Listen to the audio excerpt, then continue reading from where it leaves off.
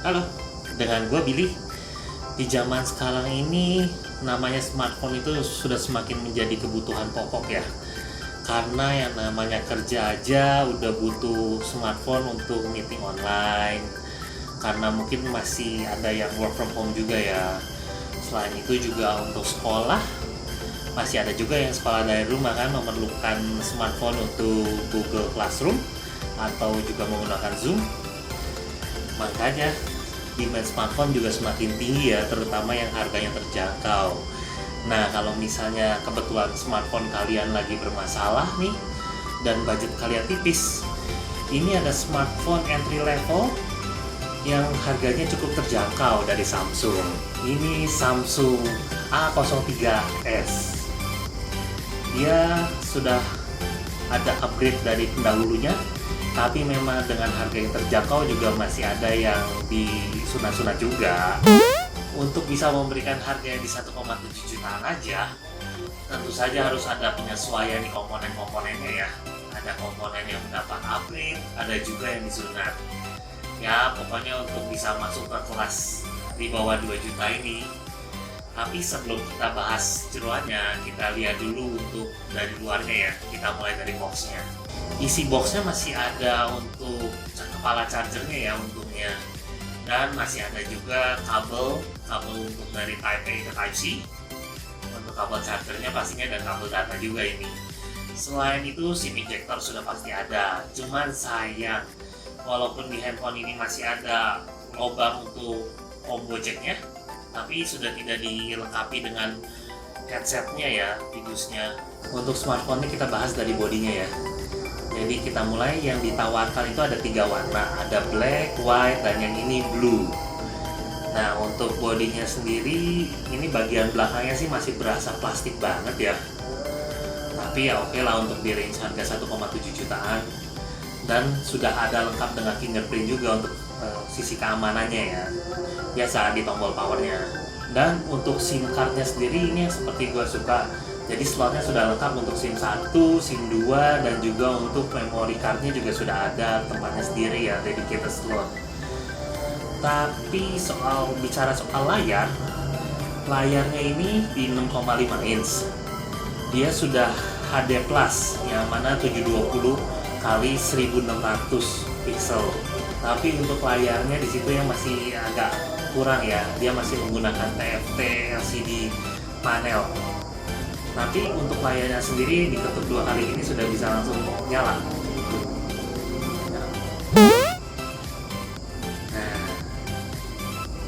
Nah, walaupun layarnya masih di TFT LCD, tapi jeroannya sendiri sudah mendapat upgrade. Yang mana ini sendiri sudah menggunakan prosesor Helio P35, which is dibanding yang pendahulunya dia sudah mendapat upgrade. Dan untuk storage-nya pun dia mendapat upgrade. Storage-nya ada di 64 GB dan RAM-nya sudah 4 GB. Ya memang itu mungkin untuk standar entry level sekarang di 4 GB kali ya.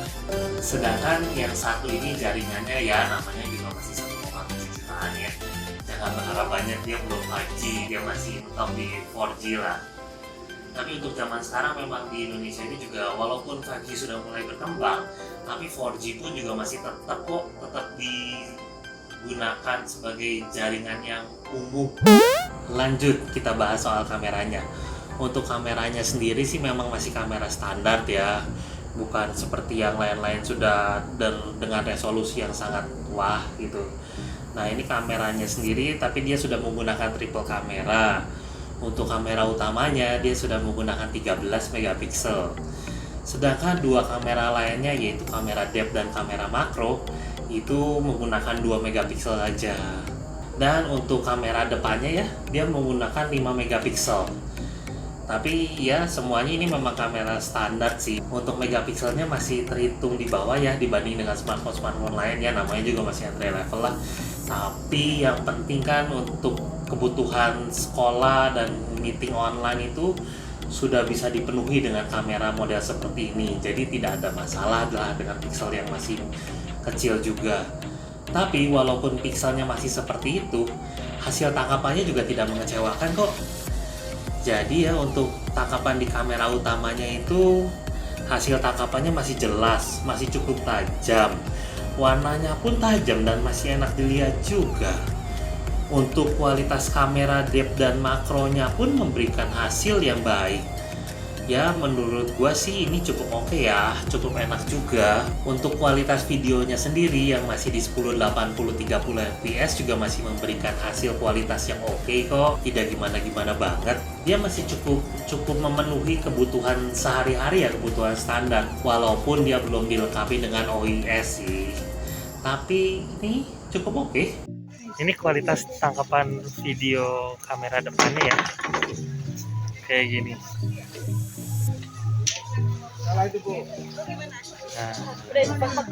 Dan untuk hasil tangkapan gambar pada kondisi low lightnya juga cukup baik ya, walau belum memiliki fitur night, tapi tangkapannya masih cukup oke kok, masih bisa diterima dengan mata. Ya namanya juga harga di 1,7an ya, jangan memberikan ekspektasi yang tinggi lah. Tapi kalau kita melihat fitur dari kameranya sendiri ini masih tergolong oke ya, karena sudah memiliki fitur pro dan sudah memiliki juga fitur makro. Berikutnya, walau smartphone ini masih di angka 1,7an, masih di bawah 2 juta, tapi dia juga sudah memberikan kapasitas baterai yang cukup besar ya. Dia sudah ada di 5000 mAh. Tapi memang ada bagian yang disunat juga, yaitu bagian ini gue tidak menemukan fitur fast charging. Saat gue pakai ngecas pun memang charger bawaannya tidak begitu gede ya wattnya. Tapi kalau gue udah cobain pakai charger Note 9 gue pun juga kualitas yang masuk memang tidak ada fitur fast chargingnya sih. Jadi akan cukup memakan waktu untuk ngecasnya. Ya tapi setidaknya kalau kita ngecas sambil tinggal tidur nggak merasa berdosa-berdosa amat lah. 3 jam sih sekitar kurang lebih untuk dari 15 sampai 100%-nya. Berikutnya, apalah review sebuah smartphone tanpa benchmarking. Jadi berikut ini kita bakal bicarain soal benchmarkingnya ya. Seperti biasa, kita menggunakan Antutu benchmark ya.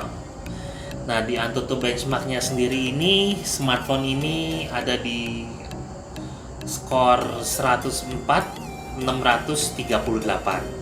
Nah berikutnya untuk benchmark kedua, kita menggunakan 3D Mark Slingshot Extreme. Dan untuk skornya sendiri yang dihasilkan dari benchmark ini itu di 443. Memang masih cukup rendah sih untuk grafiknya. Berikutnya yang namanya smartphone ya, walaupun dibelinya mungkin untuk tujuan usaha, mungkin untuk tujuan kerja dan tujuan sekolah, tapi pastinya dong bakalan dipakai main juga. Jadi ini juga tidak akan lepas dari tes untuk penggunaan real world-nya ya, yaitu untuk penggunaan saat kita bermain game. Biasa kita ngetes menggunakan game yang ringan-ringan saja. Subway Surfer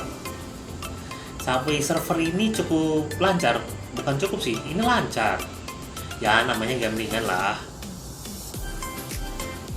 Next, untuk berikutnya kita menggunakan seperti biasa Mobile Legends ya. Umum kan ini game sejuta umatnya di Indonesia. Untuk penggunaan Mobile Legends pun dia masih lancar, nggak ada masalah lah. Masih bisa dipakai bermain dengan enak. Berikutnya kita yang first person shooting, kita menggunakan CODM, Call of Duty Mobile. Ini masih terhitung lancar kok, nggak ada masalah. Nah, untuk game yang satu ini nih, game yang banyak smartphone komplit, Genshin Impact. Ini kita nekat juga dengan kondisi smartphone model seperti ini, kita tetap tes juga. Bagaimana hasilnya? Memang kita menggunakan settingan low ya. Jangan yang tinggi-tinggi lah, low aja dia sudah megap-megap.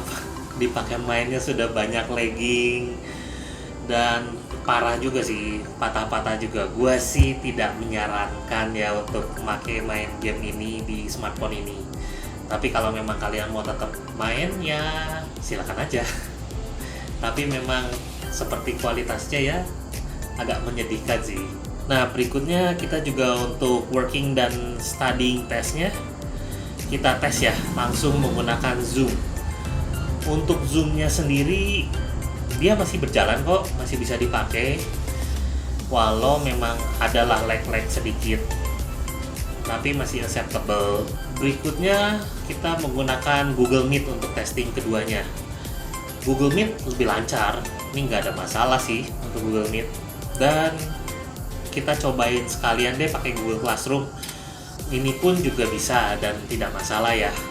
Tapi memang cuma bisa dites di lobbynya seperti ini aja. Kalau misalnya masuk ke dalam kita nggak tahu ada fitur seperti apa lagi. I'm sorry.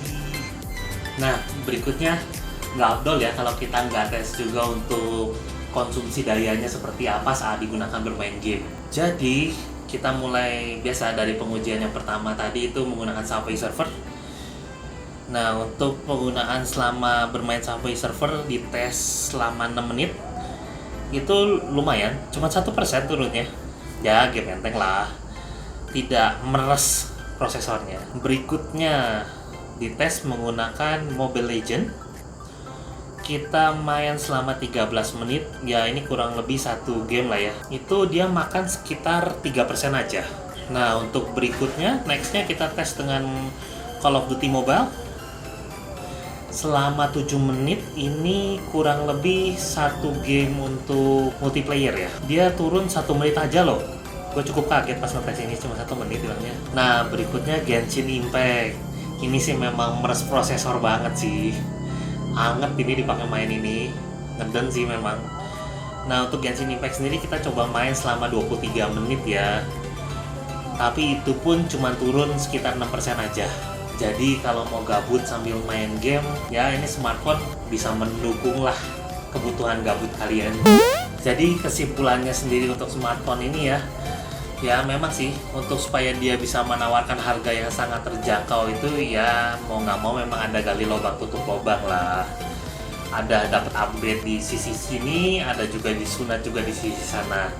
Tapi yang penting kan ini bisa memenuhi untuk kebutuhan yang dipakai ya, sekolah, kerja, untuk main game juga masih bisa, untuk gabut-gabutan nggak masalah lah.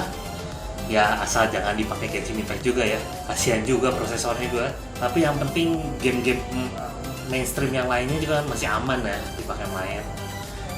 Jadi ini memang smartphone ini masih cukup oke untuk dipertimbangkan jika kebutuhan kalian kebutuhan standar.